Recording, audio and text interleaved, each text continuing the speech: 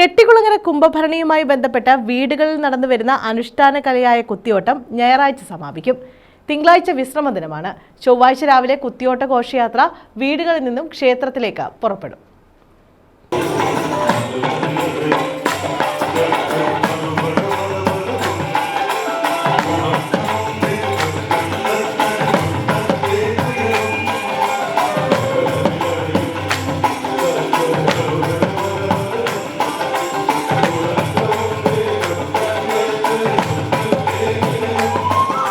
ചെട്ടികുളങ്ങര ദേവി ക്ഷേത്രത്തിലെ ഏറ്റവും പ്രധാനപ്പെട്ട വഴിപാടായ കുത്തിയോട്ടങ്ങളാണ് ഞായറാഴ്ച സമാപിക്കുന്നത്.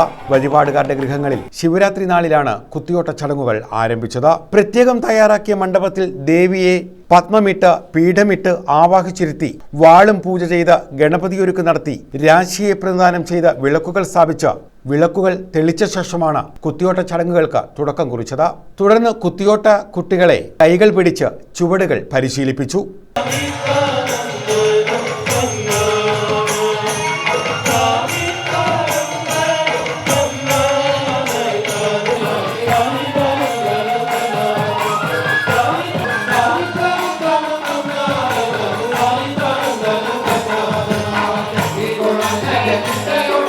കുത്തിയോട്ട വീടുകളിൽ അഭൂതപൂർവമായ തിരക്കാണ് അനുഭവപ്പെടുന്നത്.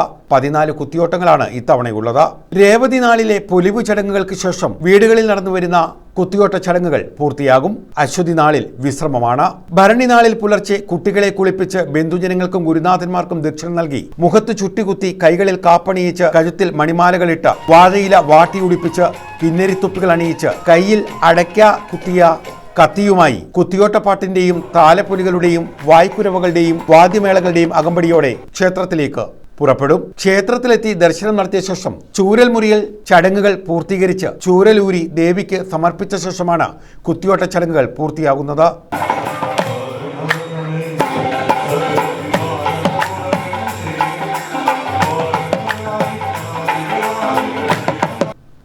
News bureau, Mavelikkara.